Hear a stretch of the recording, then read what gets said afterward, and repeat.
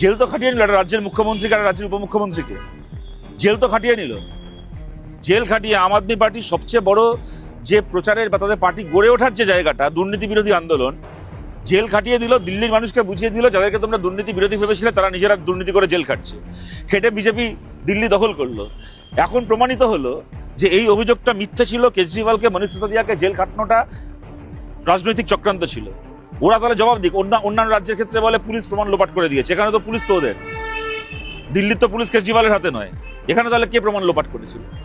তাহলে আপনারা বলুন, সেক্ষেত্রে কেজরিওয়ালকে, মনীষ সিসোদিয়াকে অকারণে জেল খাটানোর জন্য সিবিআইয়ের যে অফিসাররা দায়ী, আর এই সিবিআইয়ের এই যে অফিসাররা যদি কোনো বিজেপির নেতার কথায় কাজ করে থাকে, তাহলে তাদের বিরুদ্ধে কেন আদালত ব্যবস্থা নেবে না? আজকে আমাদের দেশের জিএন সাইবাবা একজন সমাজকর্মী, তাকে 10 বছর ধরে জেল খাটলো। একজন মানুষ, তার শরীরের 90% ক্রিপল, প্রতিবন্ধী তিনি।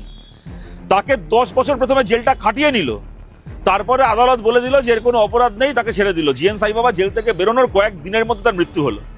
কে দায় নেবে এই মৃত্যু? আজ উমর খালিদ জেল খাটছে। উমর খালিদ যদি ভারত বিরোধী কাজ করে থাকে, আপনি তার তদন্ত করে বিচার করে সে যদি অপরাধী হয় ফাঁসিতে দিন, ওকে শুলে চড়িয়ে দিন উমর খালিদকে, কেউ কিছু বলতে যাবে না।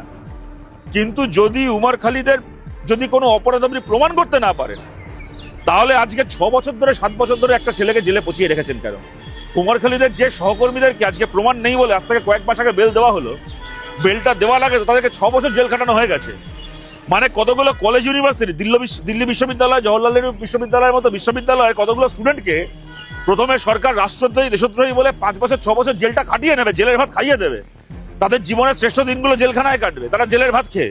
তাদের পরিবার ধ্বংস হবে, তাদের কেরিয়ারের 12টা বাজবে, তাদের জীবনের সর্বনাশ করে দেবে। তারপরে বলবে যে পর্যাপ্ত প্রমাণ নেই, জেল থেকে যাবে, তোরা বাড়ি যাও। এই জিনিস মোদী অমিত শাহ আমলে আমরা কি ভারতে বাস করছি নাকি আমরা হিটলারের জার্মানিতে বাস করছি? এই জিনিস কদিন চলবে? এই জিনিস আমরা কদিন বরদাস্ত করবো?